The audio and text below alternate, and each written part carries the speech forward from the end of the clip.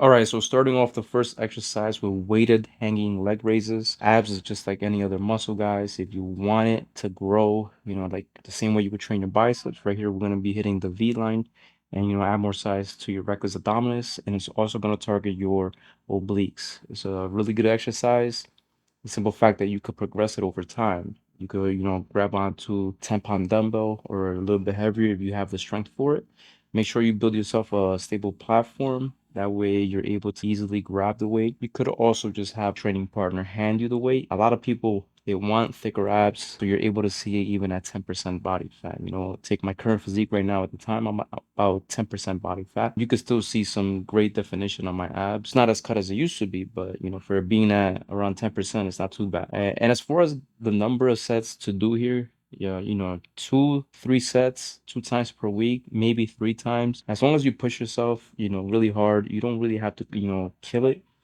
You don't have to do it every day. You just have to do a couple sets that make sure you train them very well. And I also posted alternative exercises. Maybe if you have a difficulty with doing hanging leg raises like that, you could also do it, supported. It's the same principle. Make sure you have a base where you could, hold the dumbbell. You could also have your training partner or a friend, just hand you the weight, and that way you could, lift. You could also go sideways and hit, target those external obliques. It's a real good exercise. It's that way you're focusing more on the lower body. The hanging leg raises, it takes a lot more stability and more focus, which is a good thing. Is you're working a lot of muscles just holding it up there.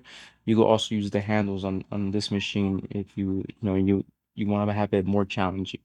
Another alternative exercise is the bench support hanging leg raise. This is a really, really good exercise that I saw Kelly Matthews on YouTube post, and it's actually really challenging and it's more risky to add weight on this one.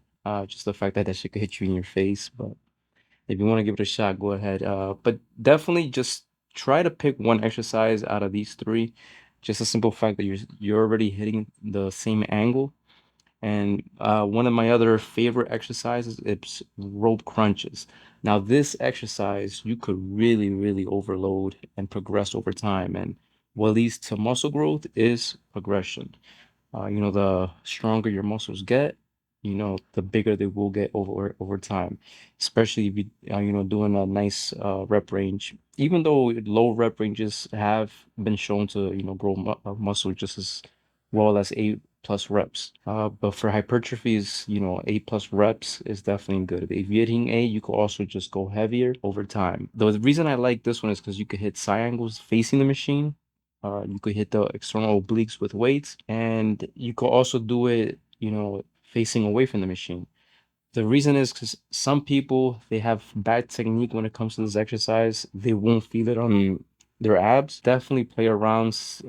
It's like a skill. Like this, well, every exercise in weight training, powerlifting, everything is skill. It takes time for you to master. So don't expect to, step in the gym and go in there and just master every single exercise the first week or two. It's gonna take you time to figure out how to properly do it. So definitely practice with the angles. The reason I don't like facing away from the machine is it makes it difficult to hit the external obliques. So I like personally to face the machine. That way I'm able to train the external obliques. Some people will use more arms than they would use their abs, and some will use their hips. So try to focus on those abs. Another alternative for that exercise, if your gym has it, use a machine crunch. Just the fact that again, you could overload in weight, making over time progression to build that abdominal muscle. And then we're moving on to around the world. You can start with very light weights on this one. Keep your arms straight. Tendency a lot of people have is, using a lot of arms in this exercise.